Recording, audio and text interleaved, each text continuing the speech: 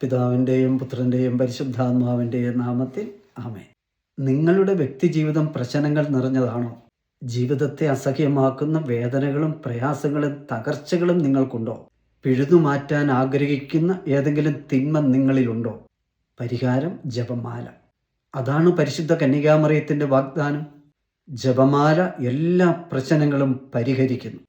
1958 Fathima രഹസ്യത്തിൻ്റെ വക്താവായ sister Lucia പറയുന്നു, ജപമാലയ്ക്ക് വലിയ ശക്തിയാണ് പരിശുദ്ധി അമ്മ വാഗ്ദാനം ചെയ്യുന്നത്. ജപമാലയിലൂടെയും പ്രായശ്ചിത്ത പ്രവൃത്തികളിലൂടെയും പരിഹരിക്കപ്പെടാത്ത ഭൗതികമോ ആത്മീയമോ ദേശീയമോ അന്തർദേശീയമോ ആയ യാതൊരു പ്രശ്നവും അവശേഷിക്കുന്നില്ല. വിശുദ്ധ ക്ലെമന്റ് ഹോഫ് ബോവർ സ്വാനുഭവം പങ്കുവയ്ക്കുന്നു. ഒരു പാപിയെ അഭിമുഖീകരിക്കുന്നതിന് എനിക്ക് ജപമാല ചൊല്ലാൻ സമയം കിട്ടുകയാണെങ്കിൽ ആ പാപി മാനസാന്തരപ്പെടാതിരുന്നതായി ഞാൻ കണ്ടിട്ടില്ല. ഉൽപ്പത്തി 3:15. ദൈവമായ കർത്താവ് സർപ്പത്തോട് പറഞ്ഞു, നീയും സ്ത്രീയും തമ്മിലും നിന്റെ സന്തതിയും അവളുടെ സന്തതിയും തമ്മിലും ഞാൻ ശത്രുത ഉളവാക്കും. അവൻ നിന്റെ തല തകർക്കും, നീ അവൻ്റെ കുതികാലിൽ പരിക്കേൽപ്പിക്കും.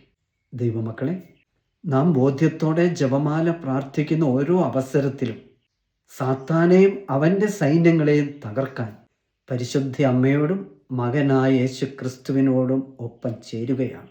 കൊന്ത ധാരാളമായി ചൊല്ലി പ്രാർത്ഥിച്ച് ദൈവകരത്തിന് കീഴിൽ സുരക്ഷിതരായിരിക്കാം.